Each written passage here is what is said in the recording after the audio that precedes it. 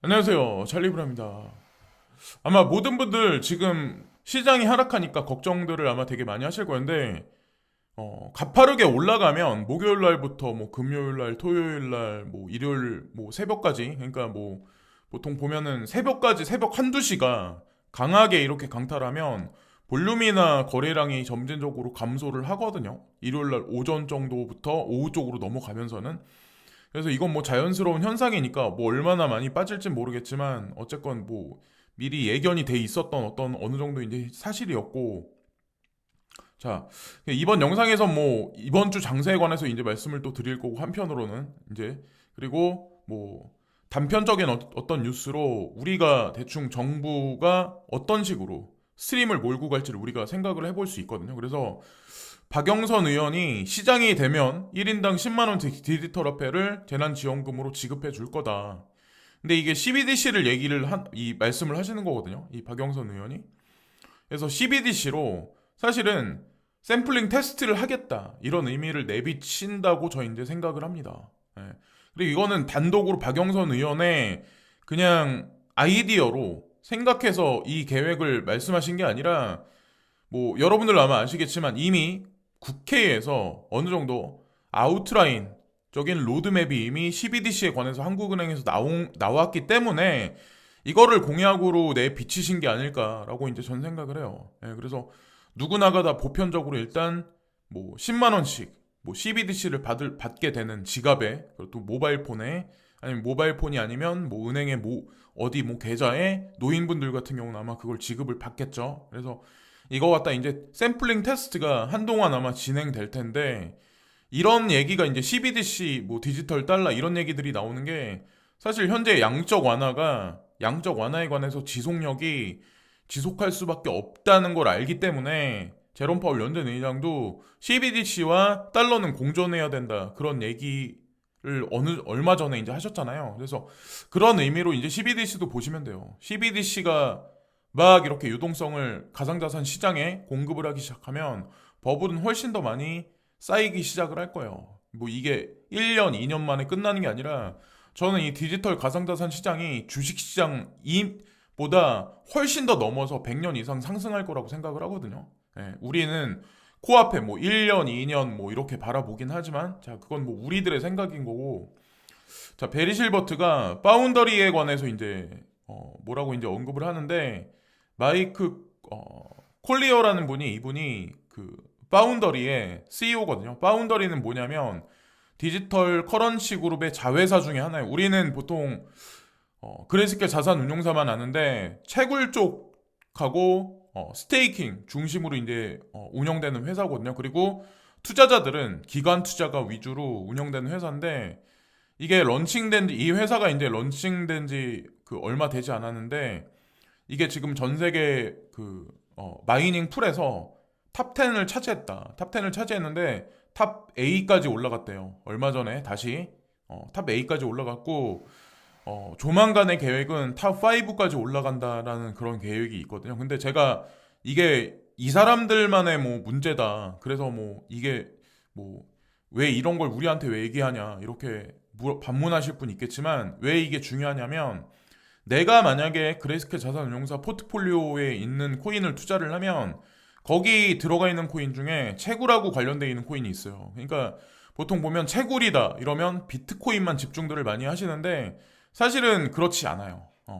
비트코인이 먼저 치고 나갔고, 비트코인에서 파생되어 있는 코인도 있고, 라이트 코인도 있고, 이더리움 쪽에서도 이더리움이 그러니까 포우에서 포스로 넘어가면 거기에서도 또 채굴 쪽에 집중돼서 넘어갈 수 있는 비중이 되는 코인들이 있거든요. 예, 그래서 그런 쪽을 제가 예전에 작년에도 아마 말씀을 많이 드렸었고, 아마 그래서 그런 코인들이, 채굴하고 관련돼 있는 코인들이 아마 많이 못 가서 실망들을 많이 하실 텐데, 조금 더 이제 개인이 바라보는 뭐 하루짜리, 이틀짜리, 일주일짜리, 뭐 1년짜리 이런 거 보다는 조금 더 그림을 좀 크게 그리시는 분들은 채굴 쪽하고 관련돼 있는 코인들도 뭐 흔들림 없이 잘 투자를 하시면 아마 분명히 뭐 생각보다 아마 단기적인 뭐 김치 코인들보다는 아마 큰 수익을 아마 장기적으로는 아마 가져가실 거예요. 자, 그리고 테라 코인에 관해서, 테라 프로젝트에 관해서 이제 말씀드리려고 하는데, 이게 사실은 루나죠, 루나. 그걸 뭘 말씀드리려고 하냐면, 테라 스테이블 코인은 이 앵커하고 또 관련이 있어요. 앵커는, 그러니까 테라는 또 미러하고 관련이 있는데, 아마 이 두 가지 코인도 시장에서 제가 알기로는 급상승을 지금 하고 있는 걸로 알고 있어요. 그래서 제가 이 코인들을 뭐 사야 된다, 지금 당장 사야 된다라고 말씀드리는 게 아니라, 이 테라 프로젝트가 그만큼 생각보다 되게 거대하다는 거죠. 그러니까 일개 그냥 테라와 루나 뭐 프로젝트에 국한된 게 아니라, 앵커는 세이빙하고 관련돼 있고, 미러는 투자하고 관련돼 있고, 차이라고 또 있어요. 차이라고 아마 블로그에 검색해 보시면 많은 분들이 아마 잘 설명을 하신 부분이 아마 있을 거예요. 그래서 차이는 또 테라 프로젝트하고 또 연결돼 있거든요. 그리고 신현성이라는 그 인물 자체가 되게 범상치 않다라고, 제가 2018년도 여름에 제가 영상을 올린 게 있어요. 근데 뭐 그때서부터 관심을 가지셔가지고 루나 코인에 이제 투자를 하셨던 분들도 아마 분명히 있을 거예요. 근데 신현성이라는 그 캐릭터, 그 인물 자체가 중요한 게 아니라, 신현성이라는 인물을 밀어주는 보이지 않는 큰 손이 존재를 한다는 거죠.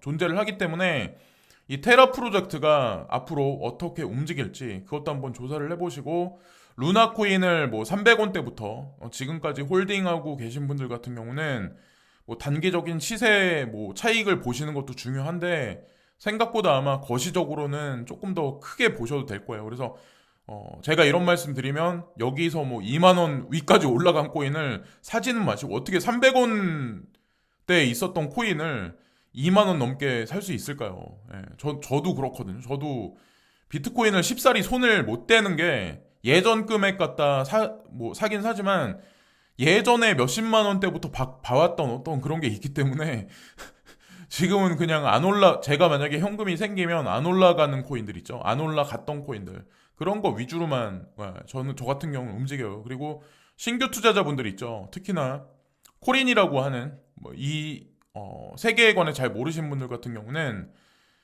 차라리 짜잘짜잘한 막 이렇게 반짝반짝거리는 코인에 이렇게 맞들리시기보다는 좀 시총 상위에 있는 코인들 있죠. 비트코인, 이더리움 이런 쪽으로 먼저 찔끔찔끔 주기적으로 그냥 분할 매수로 매주마다 매달마다 조금씩 하면서 재미를 보시고, 아, 이 시장이 어떻게 굴러가는구나, 한두 달 정도 이제 지켜보시고 좀 큰 금액은 좀 안정적인 코인에 넣으시는 게 아마 분명히 나을 거예요. 시총 하위에 있는 코인들보단. 그런 의미에서 그냥 이거는 지나가는 의미에서 말씀드리고, 우 블록체인에서 이런 얘기가 나왔는데, 중국 게임 회사인 나인스시티는 24,000개 비트메인의 최신 채굴기 S19J를 구입했는데 가격은 200밀리언에 가깝다. 마이닝 머신은 2021년 11월부터 인도될 예정입니다. 라고 여기 나와 있는데, 2021년 11월까지 아직 시간이 남아있죠. 그러니까 이 물량이 엄청나게 지금 많이 밀려 있다는 얘기예요. 찾는 사람이 되게 많다는 얘기고, 이 의미는 여기 나와 있는 것 같이 중국 자본 플레이어들이 내년 비트코인 트렌드에 대해 여전히 낙관적이라는 것을 보여줍니다. 상승할 만한 가능성이 있기 때문에 이게 최종적으로 나온 가장 신제품이거든요. 가장 채굴도 잘 되고, S19J가.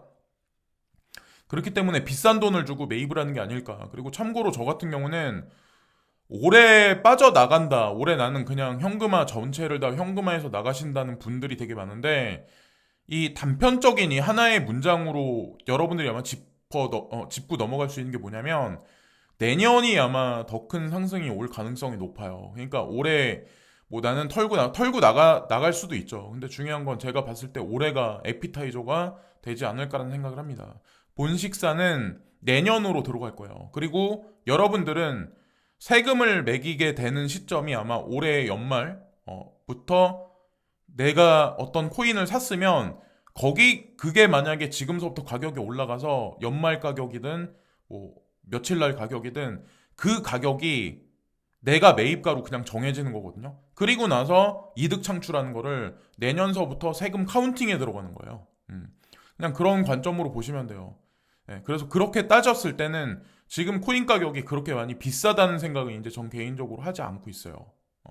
그래서 뭐 단계적으로 시세 급등락이 있긴 하겠지만, 그런 식으로 이제 코인 시장을 바라보시는 게 좋지 않을까. 그래서 세금을 내더라도 우리가 어느 정도 좀 이 시장을 빠져나가는 거는 내년 정도를 기약하시는 게 낫지 않을까라는 생각을 합니다. 그리고 업비트 창에 보면은 반짝반짝거리는 코인이 막 있어요. 20% 상승했다, 뭐 20% 꺼지고.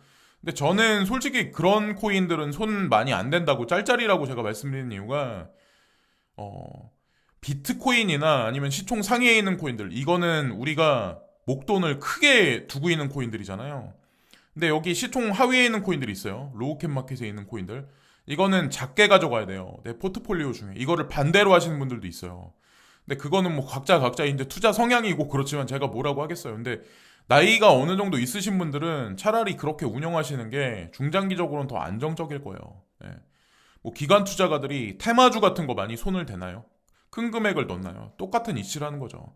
기관 투자가들이 삼성전자를 그리고 뭐 삼성바이오 뭐 이런 주식 있잖아요. 카카오나 이런 거를 많이 매집을 했을 때는 다 이유가 있다는 거죠. 분명히 짜잘한 거는 쉽게 올라가지만 쉽게 사그러들 확률이 높기 때문에 극도로 조심하셔야 되고 내가 이 시장에 관해서 이해력이 만약에 많이 없으면 투자는 확신할 만큼의 금액만 투자하시는 게 저희 이제 정신 건강에 이롭다고 생각을 합니다. 특히나 이번 주는 아마 이번 주 그러니까 다가오는 주부터는 다이내믹한 장세가 펼쳐질 가능성이 좀 높다라고 저는 개인적으로 생각하거든요. 코리니 분들이 쉽게 이 시장을 생각해가지고 돈을 조금 넣고 나는 100배, 200배 벌 거야. 그 꿈을 안고 이제 들어오시는데 100배, 200배 벌 생각을 하고 계시면 100배, 200배 잃을 생각도 하시면서 코인 시장은 투자를 하셔야 돼요. 예. 자, 투자는 확신할 만큼 투자를 하셔야 되고 제가 조금 전에 이제 캡처를 했을 때가 4시 36분이었는데 이때만 해도 비트코인도 그렇고 알트코인이 2.76에 2.44 나쁘지 않았었거든요. 근데 지금 아마 여기서 이게 떨어졌을 거예요. 이게 1.4 뭐 여기도 1.5 막 이렇게 떨어졌을 거예요. 그러니까 시세가 전체적으로 떨어졌다는 얘기죠. 알트나 비트나 같이 올라갔으면 비트코인하고 알트코인이 전체적으로 같이 올라갔으면 같이 떨어져요. 제가 항상 반복해서 말씀드리지만 이런 상황이 항상 온다는 거죠. 그래서 누누이 말씀드리지만 비트코인과 알트코인이 전체가 같이 올라간다. 그러면 같이 조정이 들어간다. 이렇게 보시면 돼요. 그리고 3월 달 이제 얼마 남지 않았죠. 3월 21일이니까 이제 남은 날짜가 얼마 안 남았죠. 이번 달 말까지. 그 날짜를 보시면 며칠 안 남았기 때문에 아마 다이내믹한 장세가 주식시장도 그렇고 가상자산 시장도 아마 올 거예요. 근데 우리가 한 가지 4월달 장세를 짐작할 수 있는 게 중에 가장 큰 게 뭐냐면 코인베이스가 나스닥에 직상장한다. IPO를 안 하고 직상장한다는 얘기가 있었잖아요. 근데 그 얘기가 사실은 3월 달에 원래 뭐 하기로 돼 있었다 이런 얘기가 있었는데 4월 달로 미뤄졌잖아요. 이 얘기가 사실 시사하는 바가 되게 크거든요. 보통 장세가 안 좋다, 안 좋을 거다 예측을 하면 직상장을 하지 않아요. 미뤘단 얘기는 이 그림자, 그러니까 이 전체적인 시장을 조율하는 세력들이 이 사람들이 남은 이번 달 장세는 조금 이제 다이내믹한 장세로 이끌어갈 가능성이 높다라고 생각하거든요. 그래서 다음 달이 4월 달을 저 같은 경우 만약에 코인베이스 나스닥이 직상장 한다면 이때가 아마 지금 생각하는 것보다 조금 더 많이 상승장이 펼쳐지지 않을까 개인적으로 생각합니다. 엔트파이낸셜이 또 마찬가지로 코인베이스 나스닥 상장하고 코인베이스 나스닥 상장에 좀 어떻게 보면 뭐 핵심적인 어떤 그 힘의 원천, 뭐 중추적인 어떤 그 역할을 하신 분이 아마 이분이지 않을까라는 생각을 하는 게 저는 이제 DCG 그룹이나 그레스케 자산운용사 이런 부분에 관해서 좀 강조해서 많이 말씀을 드리잖아요. 근데 이분이 뭐 연방준비은행의 뭐 이사진이기도 하고 가장 중요한 건 전에 나스닥 회장님이셨어요. 이분 같은 경우는. 그래서 아마도 암암리에 뭐 보이지 않는 어떤 그런 것들이 많이 작용하지 않았을까 생각합니다.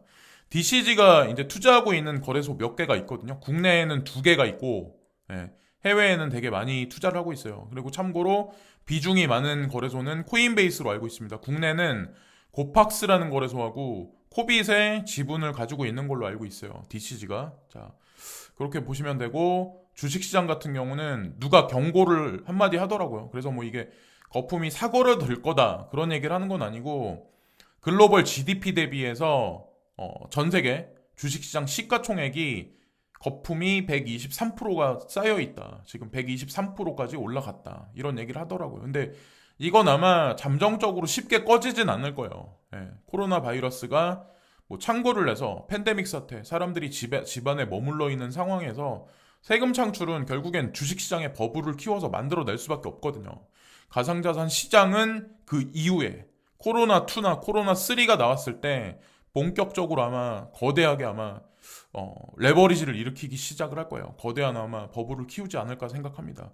그 시점이 오히려 더 크게 사람들은 활동하지 못하니까 가상자산 시장을 키울 수밖에 없죠. 자, 그리고 리플 중앙은행 디지털 통화에는 부인할 수 없는 추진력이 있다. 차세대 디지털 진화인가. 페이먼트 관련해서 CBDC 그래서 리플사에서 미래 CBDC들에 관해서 백서를 발간을 했다라고 하더라고요. 그래서 요 근래 들어서는 리플사가 이 CBDC에 관해서 언급을 되게 많이 하잖아요. 그러니까 관련이 전혀 없다라고는 생각 못해요. 우리 대중은 지금 가격이 못 올라가니까 막 그런데 저는 솔직히 어저께도 이제 아는 형하고 얘기를 했는데 3년 동안 이 코인만 바라보고 이 코인만 매집을 하셨던 분들은 욕을 지금도 아마 많이 하실 거예요. 욕을 많이 할 수밖에 없고 그 형도 이제 그런 얘기를 했거든요. 야, 욕을 당연히 많이 할 수밖에 없지. 3년을 기다리고 3년을 투자했는데. 근데 저도 마찬가지라고 생각을 해요. 저도 만약에 입장 바꿔 생각을 하면 제가 리플만 만약에 투자를 했었으면 욕을 엄청나게 많이 했었을 거예요. 소송에 직면해 있지. 가격은 다른 코인들에 비해서 올라가진 않지. 그럼 당연히 욕이 나올 수밖에 없죠. 근데 작년에 소송이 걸리면서 이제 신규로 매수하셨던 분들은 분명히 뭐 나가신 분들은 뭐 할 수 없는 거고 분명히 어느 시점이 되면 아마 크게 상승하면서 살아날 가능성이 높다라고 이제 전 생각을 하거든요. 그 시점이 어떻게 보면 몇 달 안에 다가올 수도 있어요.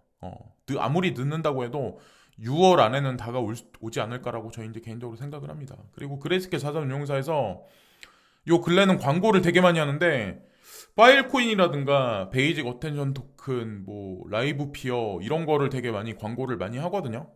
오히려 지금 다른 코인들보다는 뭐 비트코인이라든가 뭐 시총 상위에 있는 비트코인 캐시, 뭐 라이트코인, 이더리움이라든가 이런 얘기들보다 그래서 아마 여러분들이 고민을 아마 되게 많이 하실 거예요. 이더리움은 어떻게 될까? 내가 잘못 투자한 게 아닐까? 뭐 예를 들어서 뭐 호라이즌은 어떻게 될까? 라이트코인은 어떻게 될까? 뭐 스텔라 루멘은 어떻게 될까? 근데 저도 마찬가지지만 여기 보세요. 그냥 비트코인이 총액이 가장 커요. 총액이 가장 크고 비트코인 캐시도 많고 이더리움은 엄청나게 많고 요 금액대로 그냥 보시면 돼요.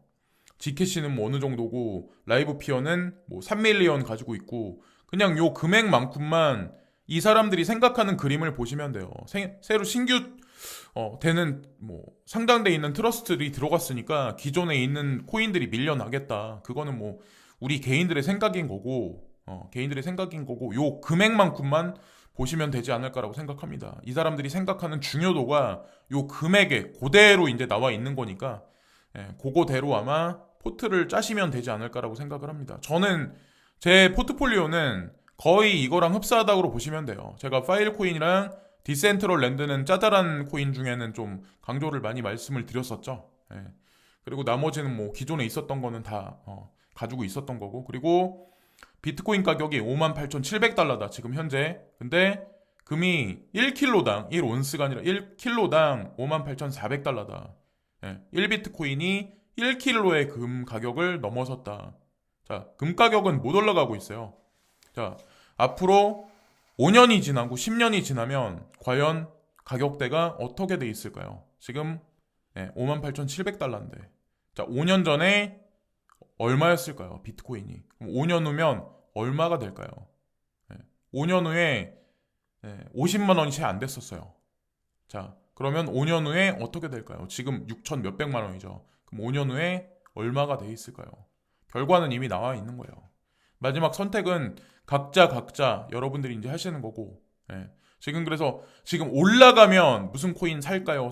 막 이렇게 물어보시는데 저는 막 이렇게 상승할 때는 제가 그런 말씀을 쉽게 안 드려요. 오히려 좀 시장이 까지고 좀 뭐 이렇게 조정 장세에 들어가면 그때는 제가 개별적인 코인들에 관해서 이제 언급하는 방송을 되게 많이 할 거예요. 자, 오늘도 지금까지 시청해주신 모든 분들께 진심으로 감사를 드리고요. 일요일 하루 좋은 시간들 보내시고 구독과 좋아요 부탁드리면서 이번 영상도 마치겠습니다. 감사합니다.